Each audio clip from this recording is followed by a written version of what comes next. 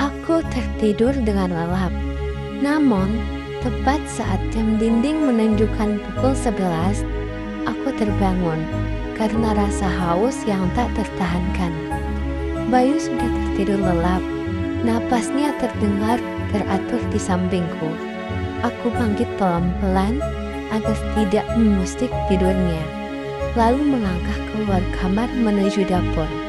Langkahku terhenti saat melewati ruang tengah yang remang-remang. Suara bisikan tajam dari arah kamar Mas Hendra dan Mbak Sarah menembus kesunyian malam.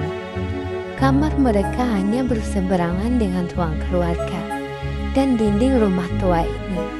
Meski tebal, tak mampu meredam ketegangan yang sedang terjadi di dalamnya.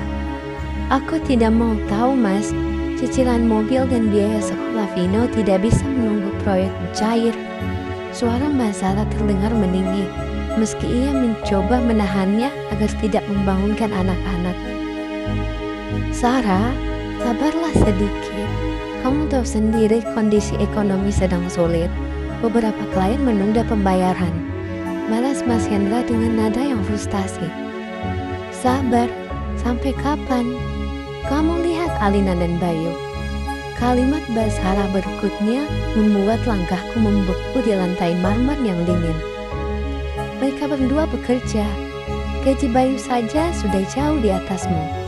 Mereka tidak punya tanggungan anak, uangnya utuh. Hidup mereka begitu tenang. Sedangkan aku harus memutar otak setiap hari hanya untuk memastikan dapur kita tetap mengepul.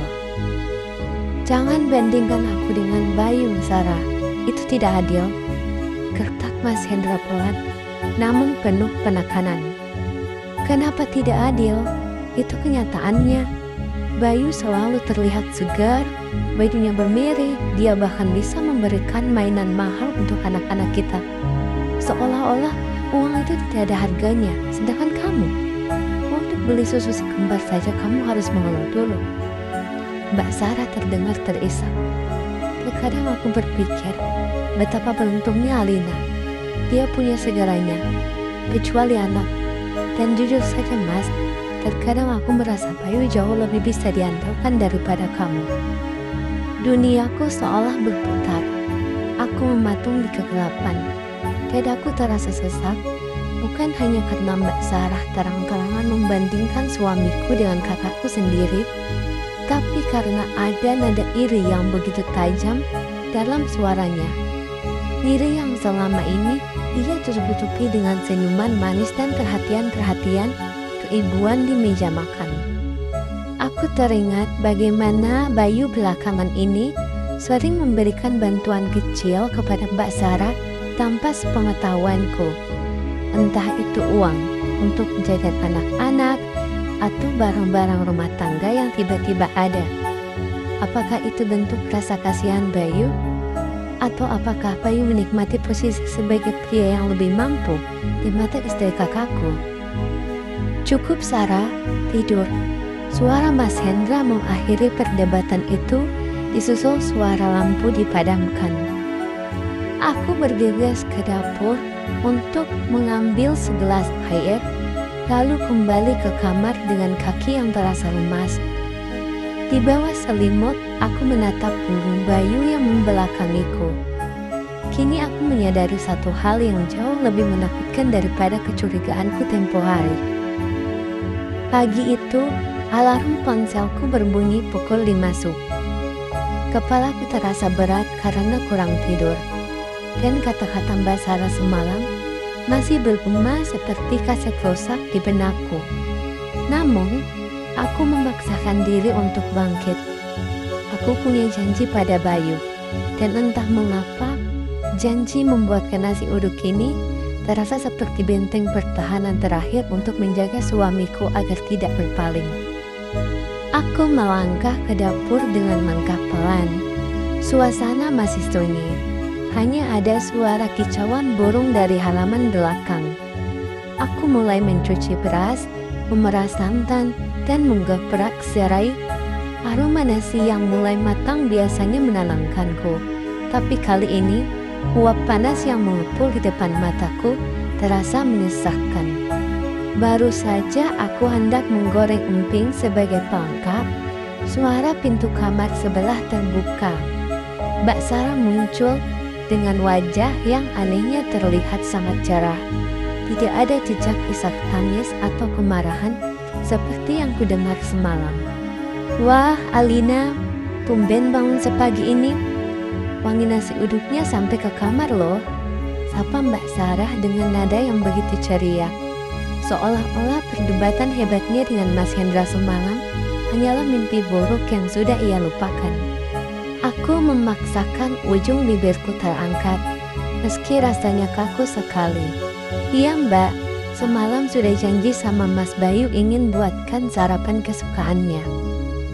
Mbak Sarah mendekat, ia berdiri tepat di sebelahku, mulai sibuk mengeluarkan telur dan bumbu-bumbu dari kulkas. "Bagus itu deh, istri memang harus rajin-rajin ambil hati suami, apalagi Bayu itu orangnya tipe yang suka dimanja lewat perut." Mbak Sarah mulai menyalakan kompor di sebelahku. Suara desisan minyak panas yang bertemu dengan ulekan cabai memenuhi dapur, mengalahkan aroma nasi uduk yang susah payah aku siapkan. "Oh ya Al," lanjutnya sambil terus mengaduk sambal. "Kemarin Bayu sempat bilang ke Mbak kalau dia lagi bosan makan yang hambar-hambar. Katanya butuh yang pedas biar matanya melek. Makanya ini Mbak buatkan telur balado.